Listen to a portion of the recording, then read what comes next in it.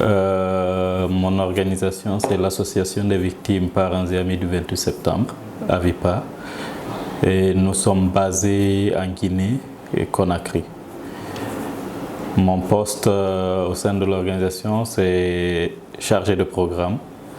Et mon rôle est d'organiser les activités de l'organisation, les diligenter, afin d'obtenir des résultats escomptés. Dans notre travail, nous abordons pratiquement tous les piliers de la justice transitionnelle, notamment la recherche de la vérité à travers les éléments de preuve que nous essayons de mobiliser liés aux événements du 28 septembre. Aujourd'hui, nous avons un démarrage de procès lié à cela. Nous essayons aussi d'apporter des réparations intérimaires individuelles pour les victimes du 28 septembre. Les besoins les plus pressants en matière de vérité, de justice et de réconciliation, c'est déjà la vérité, la recherche de la vérité. Et en Guinée, nous sommes experts en modification de l'histoire du pays. Qu'est-ce qui nous a déjà incité à faire ce travail de numérisation?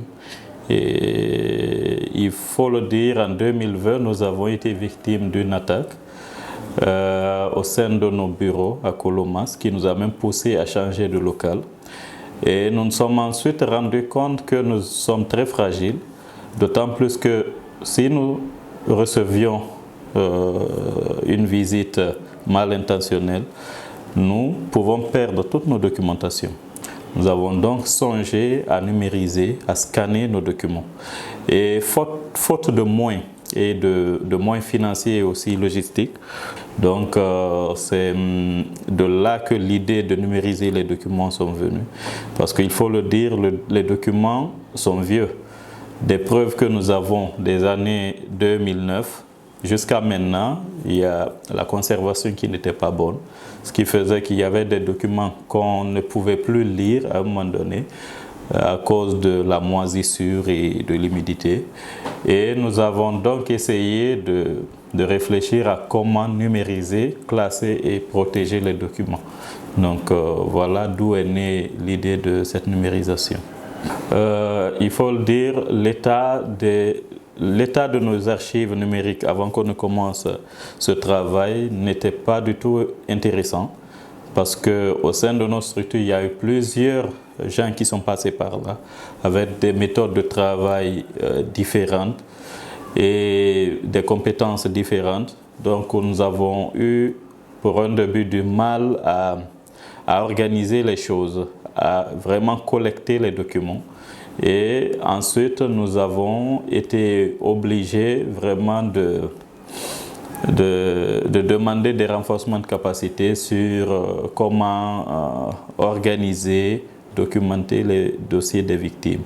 Nous avons donc à partir de là réorganisé tout afin qu'on puisse organiser, numériser et rendre disponibles les documents pour un procès futur. Le résultat qu'on a obtenu depuis le début de ce projet est vraiment intéressant. Parce que nous avons entamé le programme d'archivage numérique 4 mois avant l'ouverture du procès du 28 septembre. Ce qui nous a permis vraiment de réorganiser toute la documentation et de mettre à disposition des avocats à temps. Il nous a permis aussi de sécuriser nos dossiers. Parce que nous avons subi une seconde attaque le 24 octobre qui nous a vu perdre certains dossiers.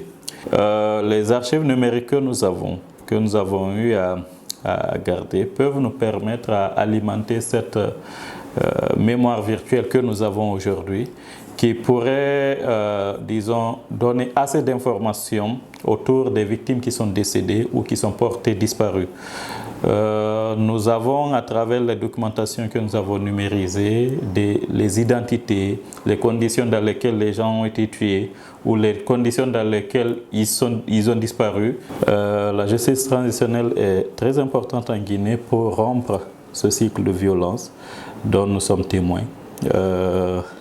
Il n'est pas caché que la Guinée a toujours été victime de crimes d'État.